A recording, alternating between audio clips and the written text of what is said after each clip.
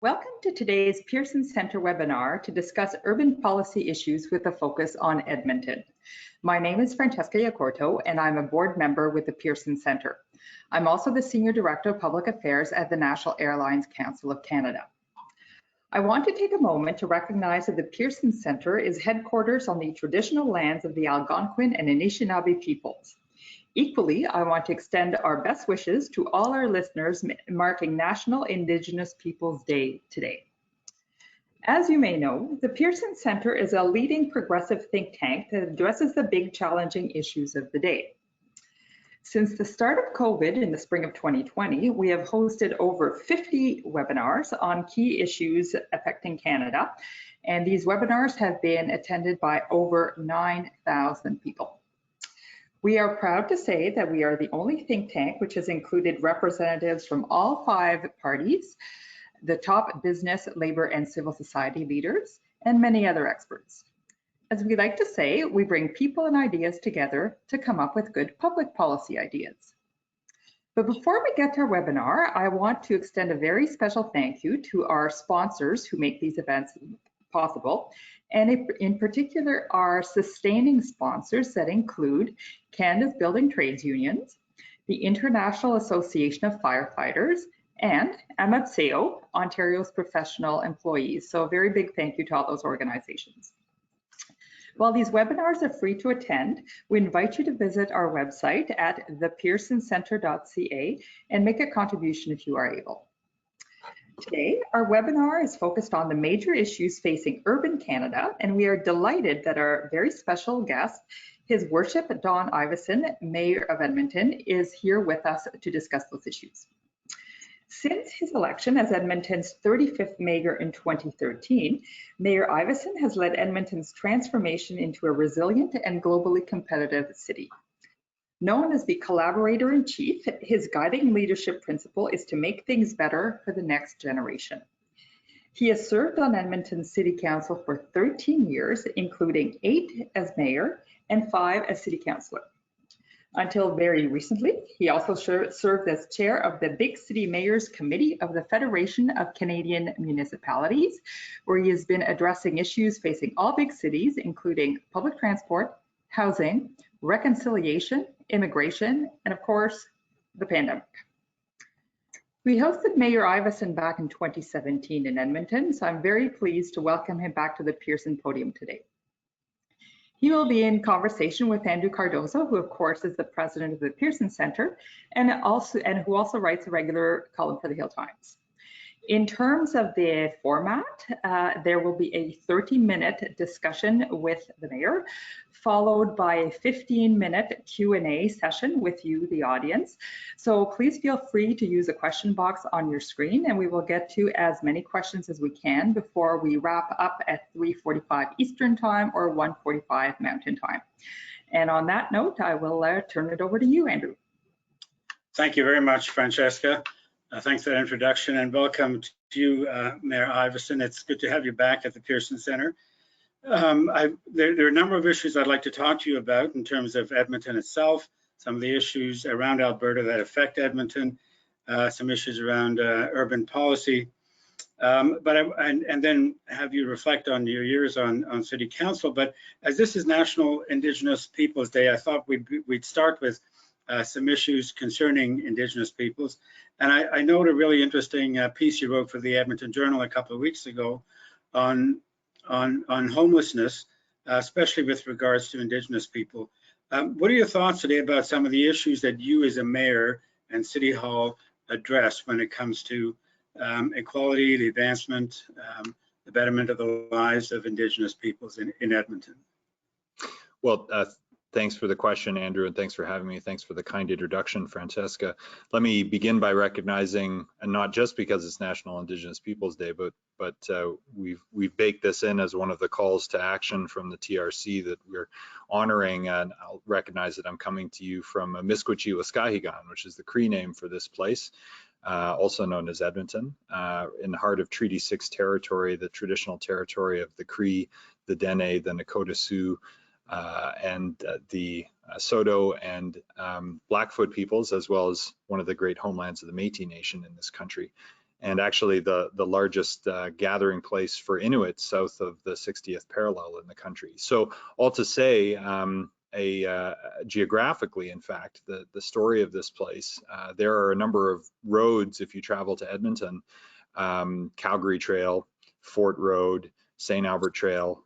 Those are roads that were laid down by settlers on top of traditional Indigenous trails that people have been traveling for centuries, if not millennia, here to the land and the place in the heart of the city, which happened to be a very good place to cross the North Saskatchewan River, which of course was also an important, I guess you'd call it a transportation logistics corridor before contact, but then certainly during and after contact and colonization, the river was the primary way people were in and out of here. So this is a very special place with thousands of years of history, and the archaeology in our river valley speaks to many millennia of human habitation here. And so we as Canadians tend to think about these cities in the West as very new places, but they're in fact some of the oldest human places on Earth, and have a rich and deep heritage that we honor not just today, but every day.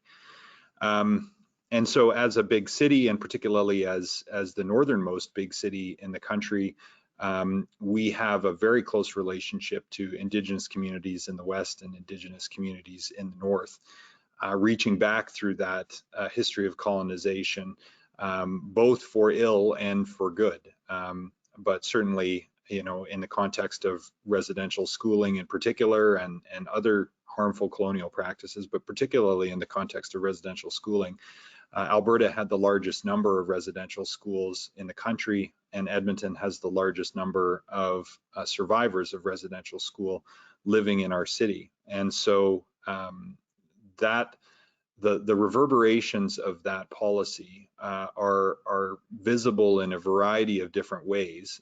First, in the resilience and tremendous leadership of elders and chiefs who I've had the pleasure of getting to know in this work. And I think it's very important always to start from a recognition of resiliency rather than from an account of the damage, which has been considerable and intergenerational for Indigenous peoples. But you know, some of the greatest teaching and wisdom that I've received as mayor has been from survivors of residential schooling and the 60s scoop, who've overcome tremendous adversity early in life, adverse childhood experiences, as we would call them today, that are truly traumatizing, and had to work incredibly hard to be able to give back to community and contribute not only to their own healing, but the healing of Indigenous communities and the healing of settler communities in the context of reconciliation.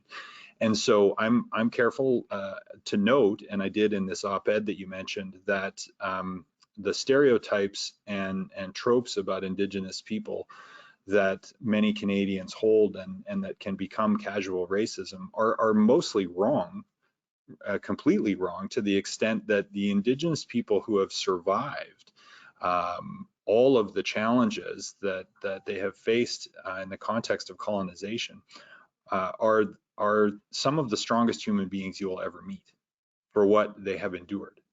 And what their families and their kin have endured. And so I start from that acknowledgement of resilience, and I'm so grateful to have had the chance to learn from people, particularly in the context of our anti-poverty work, our ending homelessness work, and our work on reconciliation, where the intersection of all of those is pretty clear. But I'd sum it up this way, and we can talk about those specific policy areas, and that the op-ed was about a call to action, particularly to the government of Alberta, to work with the local government and work with housing providers and work with the federal government to deliver more supportive housing for our homeless population, which is overwhelmingly Indigenous. There's a massive, you know, by a factor of 10 overrepresentation of Indigenous people in our chronic homeless population. And so it would be an act of reconciliation to end homelessness in this city and in this country, as the federal government has recently committed to doing. And we are down to a straightforward decision that the government of Alberta continues to withhold. And so I made that point in the op-ed and encouraged Edmontonians to put that pressure on the government of Alberta as a way to take tangible action to advance a public policy objective that is in everyone's interest, but also to begin to repair some of the harm that this country wrought, particularly in the context of residential schooling, and which is now finally tipped over into a broader conversation with Canadians at a time where we need to reflect seriously on the consequences of botched policies of assimilation and colonization that have created tremendous damage in communities like ours, and yet provide us with examples of resiliency that we should be inspired by rather than judge or misunderstand out of ignorance, as we have for most of our lives. I've been on my own journey of reconciliation since the TRC came here in 2014, and I'm a better Canadian and a better human being for it. And I'm sad it's taken this tragedy, but glad that Canadians are ready to have that conversation. Yeah, and so what's been the response from people in Edmonton to your piece in the Edmonton Journal, but also in general the issues that you've been raising around reconciliation during your time as mayor? Is there a lot of support? Is it growing? I mean, I think that there's across Canada still a certain sense of not being interested, not being concerned, not thinking it's a high enough priority or that anything can be done about it. What do you find?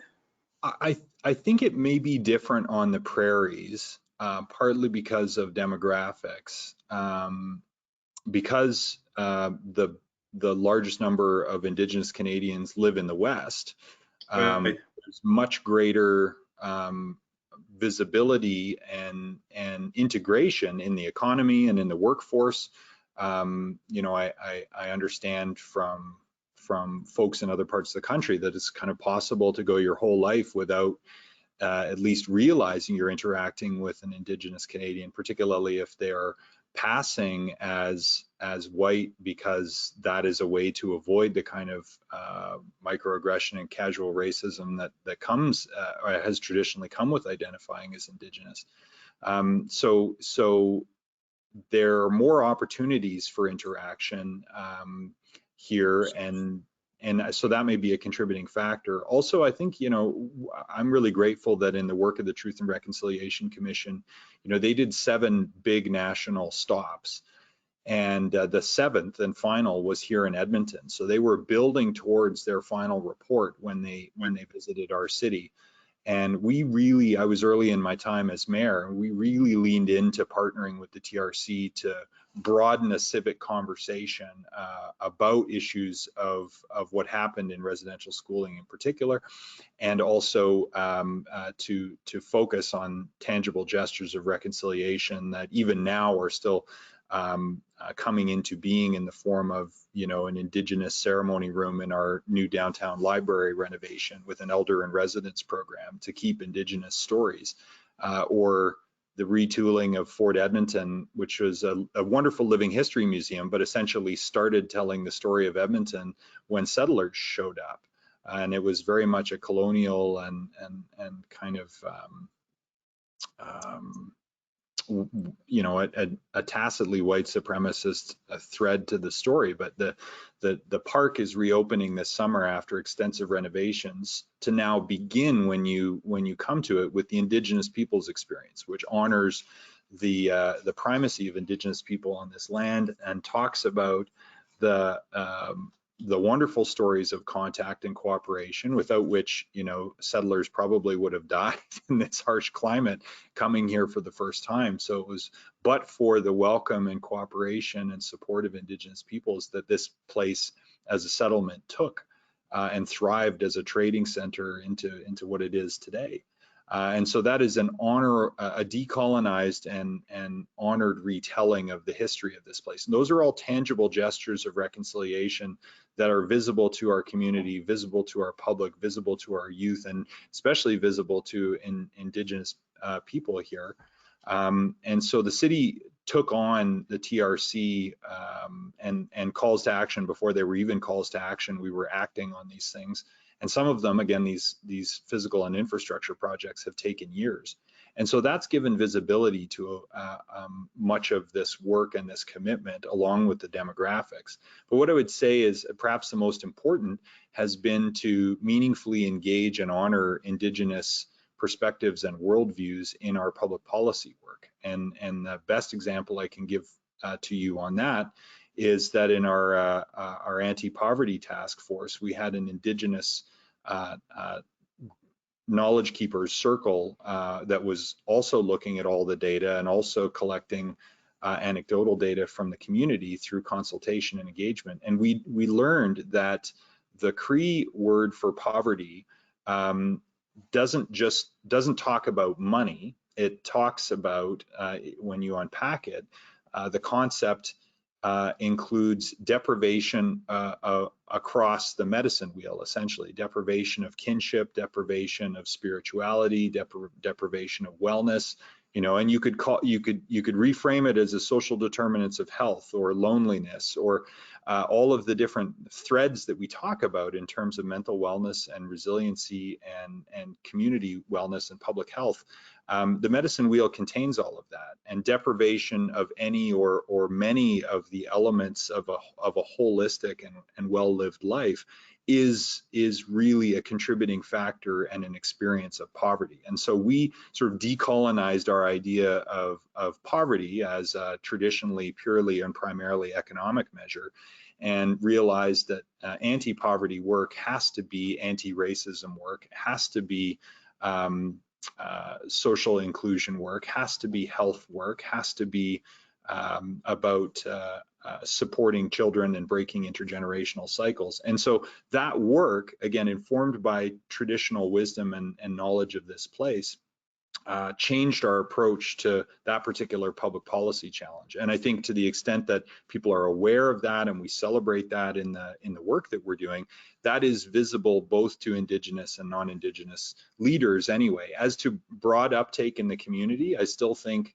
it has taken something like the find of the 215 bodies in Kamloops to really notch the conversation out another one. Though I will say that, talking to my kids about it and what they've been talking about in schools since the curriculum changed is the beginning of the generational change that we needed to see on this even before 215. Well, congratulations for what you have been doing and you are doing, because there's a lot of work to do, and there's a real important role for leaders to be leading on this issue and not be sitting back. So congratulations for what you've done. I want to touch on a few other issues. One is about your time as Mayor of Edmonton. What are the main issues you're dealing with today that are proving to be the biggest challenges?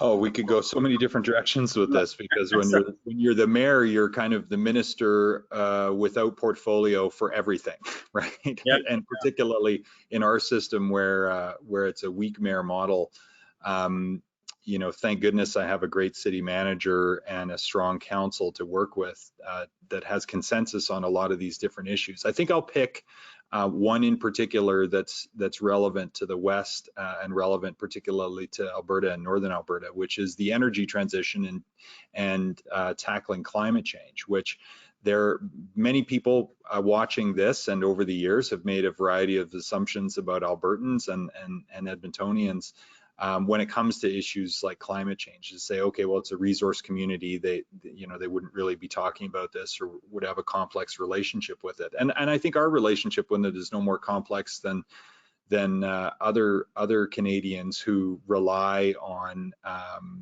internal combustion engines and have to get their electricity from anywhere. And as long as it gets cold enough in the wintertime, you got to find some way to heat your home and keep your business going. So, we're consumers of today's energy system like everyone else. And then the assumption I think people make is that because we're producers of a lot of that energy, that we must not want to talk about this issue. And we've actually taken quite the opposite view here in Edmonton, which is perhaps a slightly different than the position the government of Alberta has taken between the war rooms and the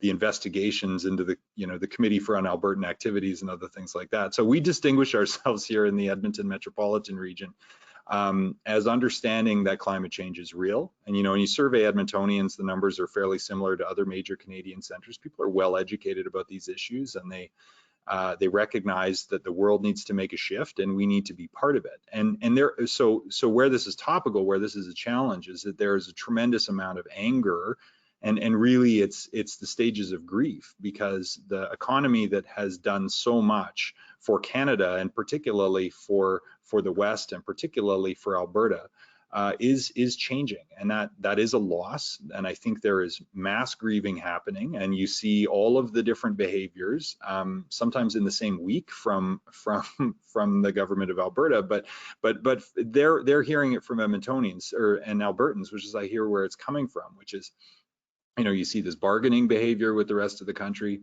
denialism of one kind or another, certainly lots of anger, and depression, but there is also a stage of acceptance to grief, which is the world is pivoting from burning fossil fuels, because we recognize that that is going to cause more harm in the long term to all of us. And then in Alberta, paradoxically, you know, we've had, I think, 7 out of the 10 most significant insurance losses in Canadian history, between the big floods in Calgary, the Fort Mac fire, the Slave Lake fire.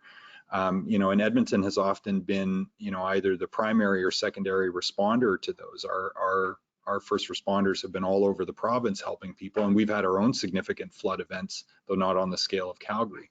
And so I think, you know, somewhere along the way, the message came through that we needed to accept that this all was happening, and also find the opportunity in it. And that's where, you know, the announcement earlier this month of the Air Products net zero hydrogen plant, which can take natural gas and essentially refine it or upgrade it to take the carbon out of it. And since we have actual functioning and practical carbon capture and sequestration and very inexpensive natural gas, and a heritage of building technology and equipment that looks an awful lot like a hydrogen refinery, looks an awful lot like an oil and gas refinery. So this is 2,500 construction jobs for tradespeople familiar with this kind of work to go back to work, but now making clean fuel. And it's possible because of carbon pricing, because of the clean fuel standard, and the energy transition that not just governments, but investors are increasingly pushing for through ESG. So we have taken the view since 2015 with our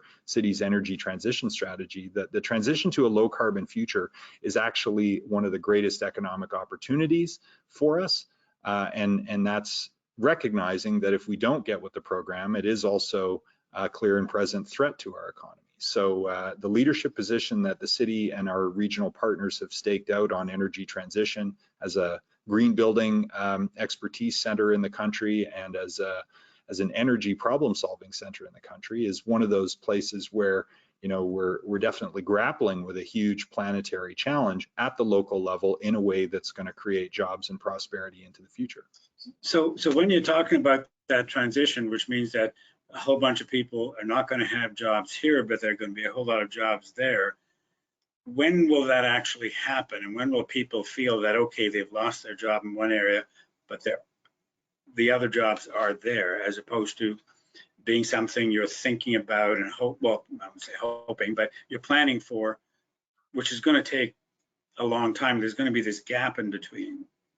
Well, and that's how I used to see it. And there's certainly a huge role for governments and public policy and employers to play in retraining workforce as those needs evolve. And so, for example, just in the hydrogen economy, I mean, long term, we want to be producing hydrogen primarily using electrolysis from renewables. And it's a really good way to solve one of those challenges, which is you don't always need happy electrons from your solar panels when the sun is shining. Sometimes you need it when it's dark, and you don't, you know, sometimes you don't have demand when the windmills are going full tilt. And so if you can make hydrogen when the renewables are peaking and there is extra and low demand against it, you know, that's probably one of the best ways to create the kind of battery power that we need by storing it in the form of hydrogen, either in natural gas distribution center systems that get retrofitted or through liquefaction and use in the transportation fuels business. But in the meantime, what we're doing here in Alberta, where we have this huge potential, is sometimes called blue hydrogen, though we're not so hung up on the colors, which is again making hydrogen out of natural gas, which would probably otherwise be burned these days. So if you can take CH4, which is methane, and take the C out and liberate the 4 hydrogens and use them here to decarbonize transportation systems, decarbonize electricity generation, and then also rapidly scale up not just an infrastructure here, but an export infrastructure, because there's $100 billion a year potential for Canadian hydrogen exports produced through a mix of renewables and this natural gas upgrading technology.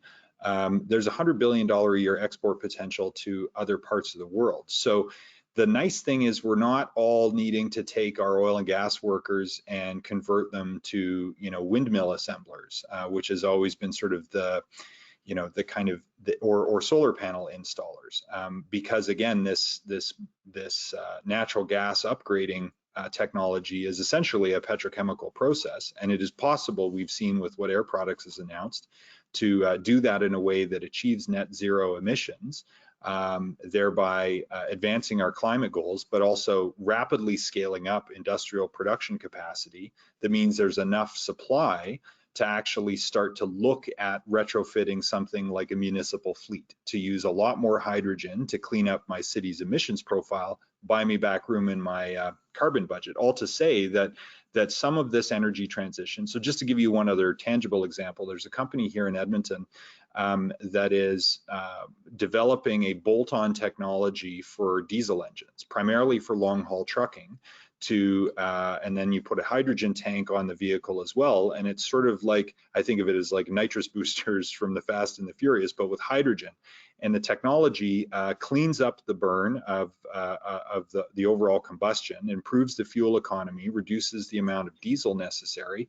The emissions have lower NOx, SOx, and fine particulates, as well as GHG emissions, and there's a payback on it. So that's an Edmonton-based technology that mechanics here can be, manufacturers can be trained to fabricate, and technicians can be trained to retrofit, and that becomes jobs for people who have skills in these areas as heavy equipment technicians, for example, that are sort of 1 notch off rather than 3 or 4 notches off. So we see hydrogen as actually one of the critical opportunities to retool our economy to that low carbon future by degrees, rather than a step change that has the challenges, labor market challenges you were alluding to a minute ago.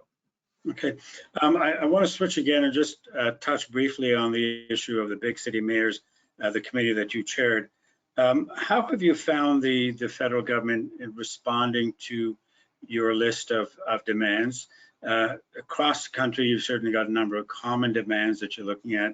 Transit is one of the main ones. What's been the response from the federal scene? Have they been coughing up enough cash for what you're looking for? Well, Deputy Prime Minister Freeland was on a radio show here in Edmonton a day or two after the budget, and she described my advocacy around a particular tax credit related to the hydrogen economy as nagging, but she was smiling when she said it. So, and she delivered on the tax credit. So they've been listening on a number of different fronts. But I guess my particular advocacy for Edmonton and the hydrogen economy is the only thing that rose to that level of annoyance for her. But we've had dozens of conversations. Pardon me? That's a new form of lobbying, is nagging. Whatever it takes. It works. It works. Why knock it? She's still taking my calls and answering my texts with helpful suggestions about economic restart. So, but I would say that certainly over several years the federal government's worked very closely with Federation of Canadian Municipalities, and particularly the big city mayors, on issues like delivering the permanent transit funding for long-term planning, the national housing strategy, which we were able to provide a lot of guidance on the design of that, particularly in the pandemic. we worked very closely with the federal government, and they were very live to our operating budget challenges, provided the Safe Restart dollars, the doubling of the gas tax this year, as well as the Rapid Housing Initiative, and the commitment to end chronic homelessness that accompanies that investment. And so we've had, I would say, always good access to this federal government, but I would say in the pandemic, actually working virtually meant that we were able to connect at certain points weekly early on in the crisis to understand the scale of what cities were dealing with, and then work very well with them to coordinate with the provinces to secure the Safe Restart support that cities needed for 2020 and 2021. We still have some ongoing conversations about pressures in public transit, for example, where ridership is expected and revenues accordingly to take several years to recover. But frankly, at various points in this pandemic, the federal government was sort of the ray of hope for the mayors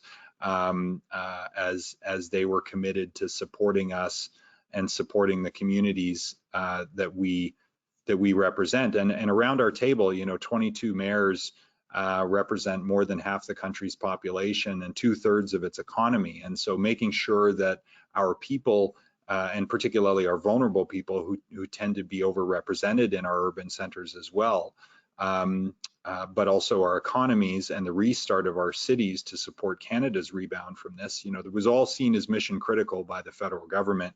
And that gave us some peace of mind that we weren't alone in this crisis, even as provinces, let's say, varied in their degree of commitment and sense of urgency to supporting their cities and municipalities in recovering from COVID-19. Yeah. What's your sense of COVID? Do you think we are turning the corner? There's the light at the end of the tunnel is not yet another train coming in our direction? Well, it is really hard to say. I mean, I think the Delta variant represents a very concerning risk for those not yet vaccinated. And since in Canada, the track we've taken is one round of vaccination, which gives us all a degree of protection, but doesn't quite give us the level of immunity to, as a herd, ring fence those folks who can't get immunized or choose not to. And we're not there yet. We're a couple months away from widespread dual immunization. And so I for one, think that the timelines that most provinces have chosen to gradually open over the summer and aim for a fall restart are more prudent than the course that Alberta has chosen. We have real concerns here about the variants and large-scale events like the Stampede. So that may lead to some fourth wave challenges. I mean, I don't want to engage in any fear mongering around that, but I think a risk management approach is advised, and particularly against the uncertainty of the variants. And frankly, keeping the foot on the gas for immunization, both first and especially second shots, that is the best way out of this, is widespread immunization.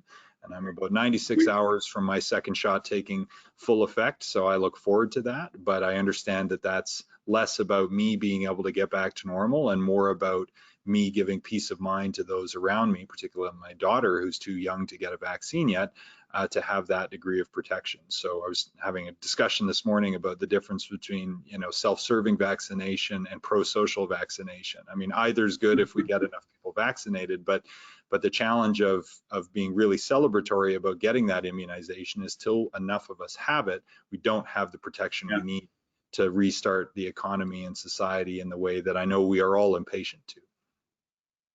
Yeah, I will remind our audience that they can send in questions on the question box on your screen, and I'll start with one of the questions that's come in, and you partially answered it. Do you agree with the Alberta government time frame for opening up? And maybe I can add to that. Will you be doing things differently in Edmonton from what the Alberta government has laid out? That's a great question, and we'll be debating that tomorrow at City Council. As a matter of fact, we brought a face covering bylaw in in late summer last year based on the risk of the second wave and the best available science at the time. And I'm pleased that we did, and I know it saved lives. And that's been in effect since then. Our bylaw expires by default at the end of 2021, and I'm quite certain that we'll be able to repeal it before then. The question is when. And the government of Alberta initially was hesitant about a face covering mandate, but eventually brought it in through their slightly stronger tools. And what I appreciated about that is it was consistent at first, at least across our metropolitan area. So you didn't have rule changes for, you know, the Costco in St. Albert versus the grocery store in Sherwood Park, which are bedroom communities of Edmonton. But at this point, you know, the province has signaled that they'll be repealing their face covering mandate effective relaunch, which will be July 1st. And so our council will be discussing tomorrow whether that's one measure we may keep in place for a little while longer to add an extra mitigation, particularly to the Delta variant, which is active in Alberta, primarily in the southern half of the province in Calgary, but it's only a matter of time before it gets here. So we may look at a short period of additional protection with face covering, but that's really the only choice available to the city. We don't have some of the same kind of public health authorities that municipalities in Ontario, for example, and other parts of the country have. So face covering is likely to be the one thing that we'll consider. I favor keeping it in place for a bit longer, just to give ourselves a bit of extra protection indoors. For a few more weeks till we reach closer to 60 to 70% second dose, which is what the doctors in our region who have their own pandemic response committee have been recommending. Okay, the next question, what is the city's responsibility in combating systemic racism in policing and other areas of its responsibility? I think the city has a central responsibility as one of the sort of convening points for civil society and as the locus of local democracy. And I still think that local democracy in particular is the most vibrant and I will always say kind of the most important and central for a variety of reasons. The conversations we can have at City Hall, real tough conversations, and the depolarizing opportunity we have, because this is not an overtly partisan environment.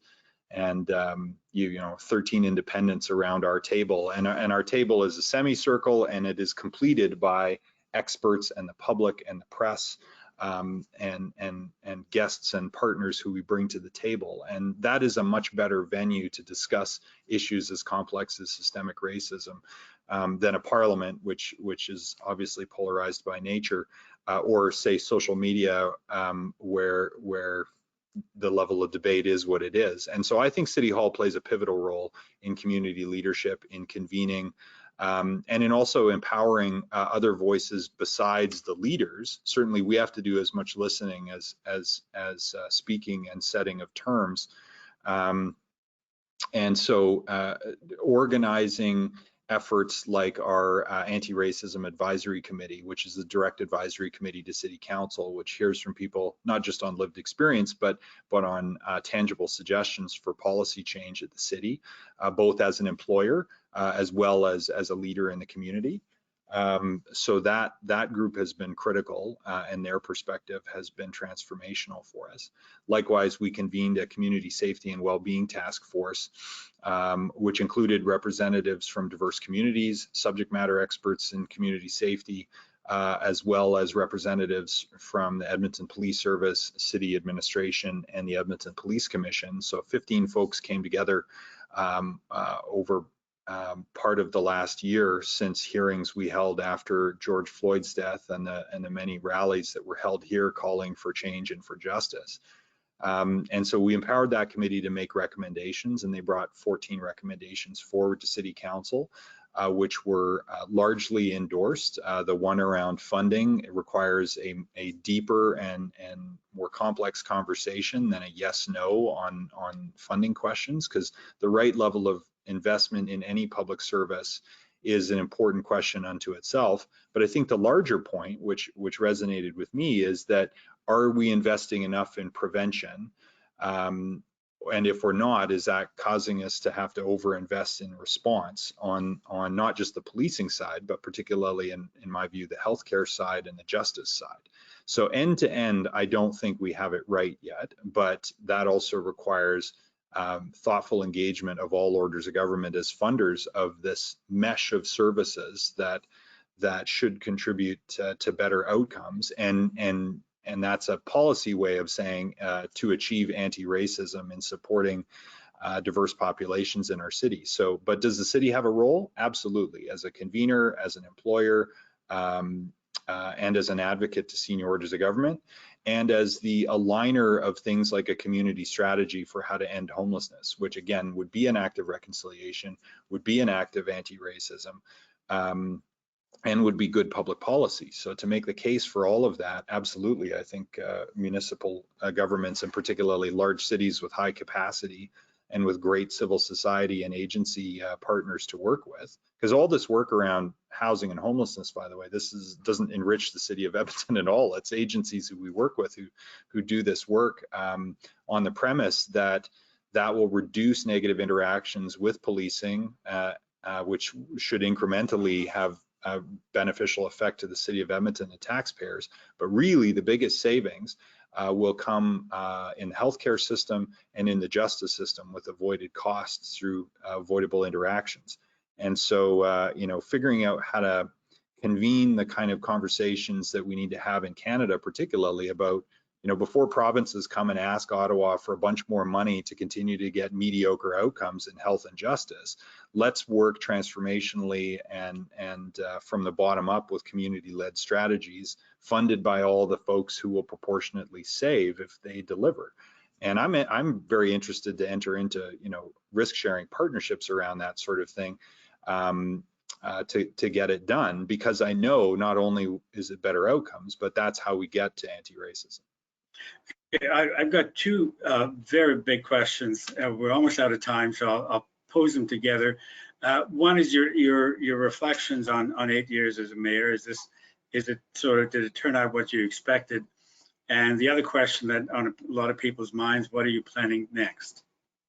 Well, let me run the clock with an answer to the first question so I don't have to answer the second question, because I haven't answered the second question. I'm still working through that myself. I have lots of options and many people are planning my future for me, including lots of people who've never met me, which is delightful. They can let me know what they come up with. But in terms of my time at City Hall, it really has actually exceeded my expectations. I mean, I talked a little bit about the value of local democracy, which I will always love. But the things that I principally came here to do, and we haven't even talked about urbanism and the city plan and more efficient, compact infill and intensified growth for our city and for our region, a unified growth plan that will save $5 billion in pipes and roads and sidewalks through denser, more efficient growth. And that's a lower carbon city, and it's a healthier city by social determinants of health. You know, I'm really proud of the regional collaboration that we've done, not just on planning, but on economic development. Those are the things I came here to do. I picked up so much else along the way, though, and have learned so much from Edmontonians from all walks of life that really it is hard to say goodbye to that. But also, you know, having, you know, accomplished what I came here to do primarily, and learned a ton. It's also time to make space for other leaders and perhaps greater diversity at City Hall as well. So I'm not done with public policy and with trying to make positive change in all these areas we've discussed and more. What form that will take remains to be seen. But it truly has been an honor to serve Edmontonians, and also for a time there to get to work with Canada's big city mayors who were just wonderful, and I learned as much from them as anything. So yeah, I'll always look back fondly on this time. Great. So you're not announcing your run for a federal seat at this point today? No announcements today. No announcement, but it's a possibility, but no announcements today. I won't push you any further. Listen, thank you for taking the time today. We've enjoyed this. And I really want to congratulate you in your time as mayor, because I think you've been a strong, visionary, progressive mayor of Edmonton, which has been good for Edmonton from everybody I know. But I think it also has ripple effects where good, strong mayors set good examples for what city councils and mayors can do across the country. So thank you for doing that. I'll give the last word to Brian Gold. He is an advisory board member of the Pearson Centre and an adjunct professor at the University of Alberta. So over to you, Brian. Yes, sir. I Okay, think now you're I'm muted. Yeah, go ahead. Okay. Thank you, Mr. Mayor, for attending this webinar, and also thank you for your 8 years of great service for the city as a resident. I and my family really appreciate the work you've done. I don't think you even mentioned, I may have missed it. Did you even bring up that this has been the greatest buildup of LRT in the city's history over your tenure? Yeah, we doubled the light rail system that was part of the urbanism that we didn't really talk about, but yes. Yeah, exactly. There's just too much, but you've gone over some of the points. The Edmonton Global is an amazing economic development corporation, 15 municipalities, all the regions around Edmonton City. And, we can see tangible results from that, from this $1.3 billion investment of air products in a net zero emissions hydrogen energy facility. And on behalf of my children and the next generation, I want to really thank you for laying the groundwork for a net zero emission city by 2050. And as has been brought up, you have been nagging the federal government very effectively on behalf of the cities of Canada to get more aid. So we thank you for that. And I just would like to think that I'd like to just sort of ask you to consider continuing representing Edmonton on the federal level in the as a member of Parliament in the near future. Perhaps you might want to continue representing Edmonton on that level. So thank you again for your service. Well, thank you both for your encouragement. This has been a delightful conversation. Nice to see you, Brian. Okay, yeah, nice to see you. Yeah. Thank you very much, Mayor, and all the best.